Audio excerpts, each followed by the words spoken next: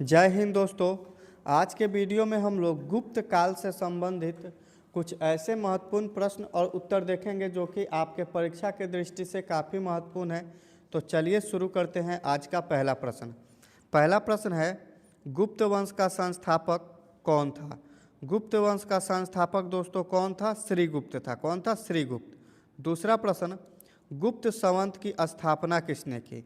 गुप्त संवंश की स्थापना चंद्रगुप्त प्रथम ने की थी। तीसरा प्रश्न, समुद्रगुप्त की विजयों का वर्णन किस अभिलेख में है?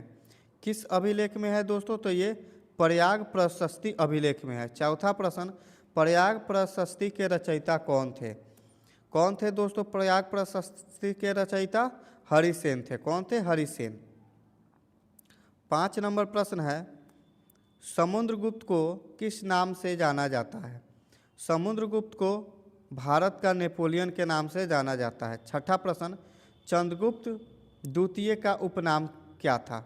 चंद्रगुप्त द्वितीय का उपनाम क्या था दोस्तों? विक्रम आदित्य। क्या था? विक्रम आदित्य। 7वां प्रश्न, फाहियान किस शासक के समय भारत आया था?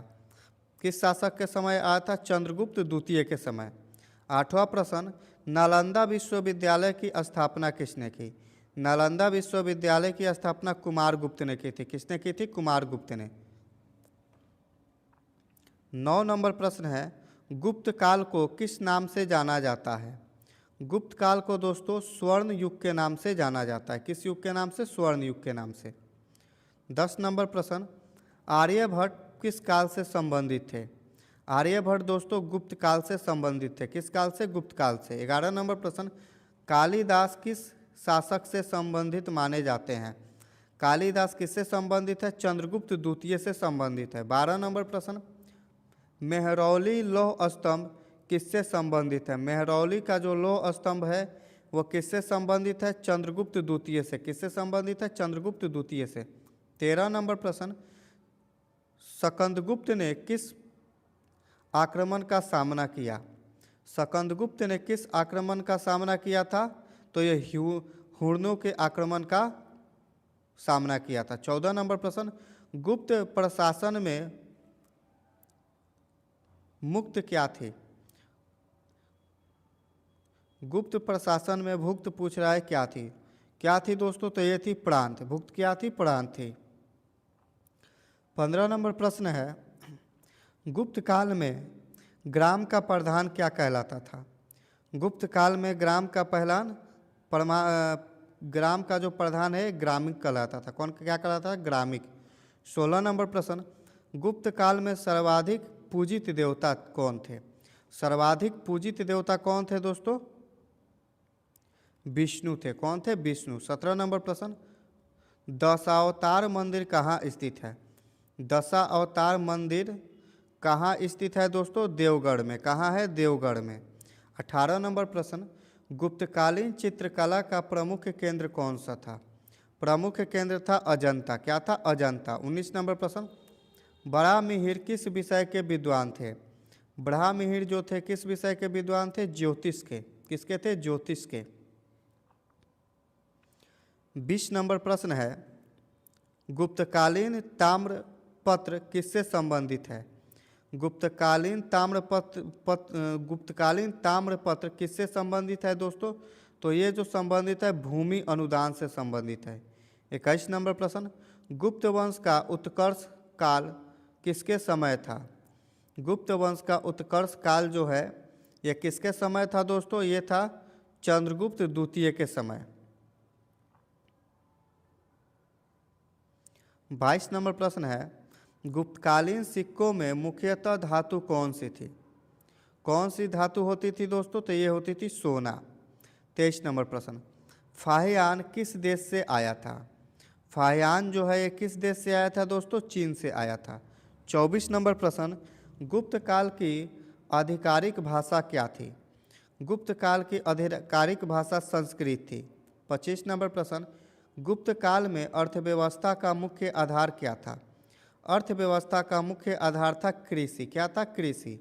26 नंबर प्रश्न, समुद्रगुप्त की दक्षिणा नीति है ना, समुद्रगुप्त की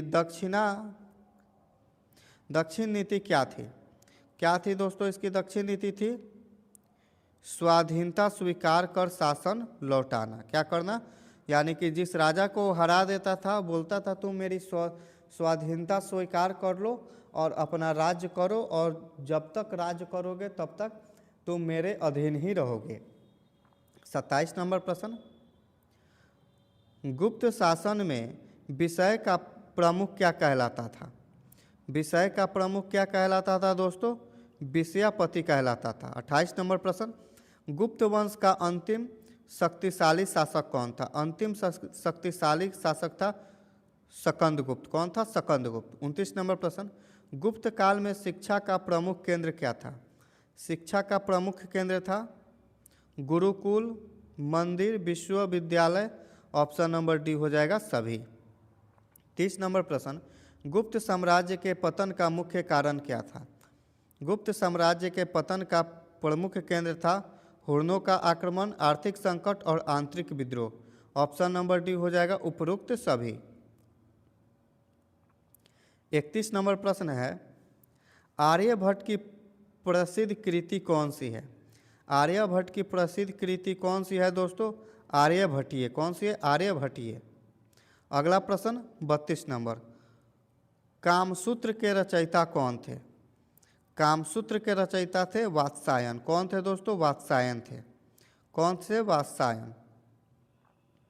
अगला प्रश्न है 33 नंबर, गुप्त काल में प्रांत का शासक क्या कहलाता था? गुप्त काल में प्रांत का शासक जो है क्या कहलाता था? उपरिक कहलाता था। क्या कहलाता था? उपरिक। 34 नंबर प्रश्न, गुप्तकालीन मूर्तिकला का प्रमुख केंद्र कौन सा था? गुप्तकालीन मूर्तिकला का प्रमुख केंद्र कौन सा था दोस्तों? तो ये था मथुरा। क्या था? मथुरा। 35 नंबर प्रश्न, गुप्त वंश का उदय किस क्षेत्र में हुआ? गुप्त वंश का उदय जो है ये मगध के क्षेत्र में हुआ। किस क्षेत्र में? मगध के क्षेत्र में। 36 नंबर प्रश्न, गुप्तकालीन प्रशासन में विषय किसके समान थे? गुप्तकालीन प्रशासन में विषय किसके समान था? किसके समान था दोस्तों? तो विषय जो है ये जिला के समान था। अगला प्रश्न 37 नंबर, गुप्त शासकों की उपाधि क्या थी? गुप्त शासकों की उपाधि क्या थी दोस्तों? महाराजाधिराज, सम्राट, परमेश्वर। ऑप्शन नंबर डी हो जाएगा उपरोक्त सभी। 38 नंबर प्रश्न देखते हैं, गुप्तकालीन समाज की प्रमुख विशेषता क्या थी? गुप्तकालीन समाज की प्रमुख व्यवस्था थी वर्ण व्यवस्था सुदृढ़। 39 नंबर प्रश्न, गुप्तकालीन स्वर्ण मुद्राओं को क्या कहा जाता है? क्या कहा जाता है दोस्तों? अगला प्रश्न देखते हैं दोस्तों 39 नंबर, गुप्तकालीन स्वर्ण मुद्राओं को क्या कहा जाता था? गुप्तकालीन स्वर्ण मुद्राओं को क्या कहा जाता था? दिनार कहा जाता था। 40 नंबर प्रश्न, गुप्त काल में न्याय का आधार क्या था? गुप्त काल में न्याय का आधार था धर्मशास्त्र, वेद और समृद्धियाँ। ऑप्शन नंबर डी हो जाएगा उपयुक्त सभी। 41 नंबर प्रश्न, सकंदगुप्त के अभिलेख कहाँ मिले हैं? सकंदगुप्त के अभिलेख जो हैं ये जूनागढ़ में मिले हैं। कहाँ मिले हैं? जूनागढ़ में। 42 नंबर प्रश्न, गुप्तकालीन मंदिर वास्तुकला का उदाहरण कौन सा है?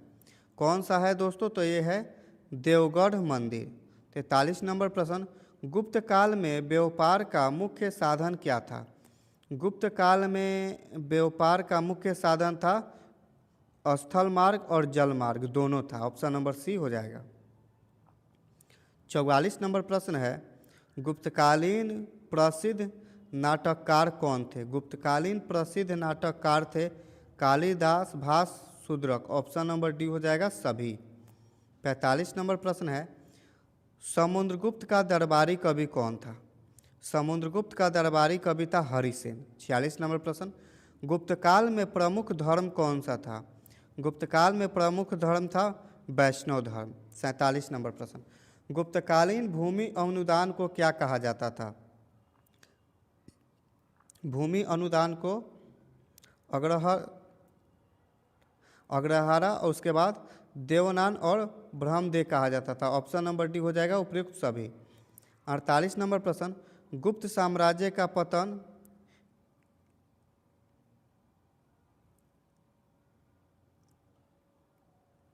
गुप्त साम्राज्य का पतन मुख्यतः किसके बाद तेज हुआ, यानी किस शासक के बाद गुप्त साम्राज्य का पतन शुरू हो गया? स्कंदगुप्त के बाद। 49 नंबर प्रश्न, गुप्तकालीन नगर प्रशासन का प्रमुख कौन था? कौन था दोस्तों? गुप्तकालीन नगर प्रशासन का प्रमुख पूछ रहा है, कौन था दोस्तों?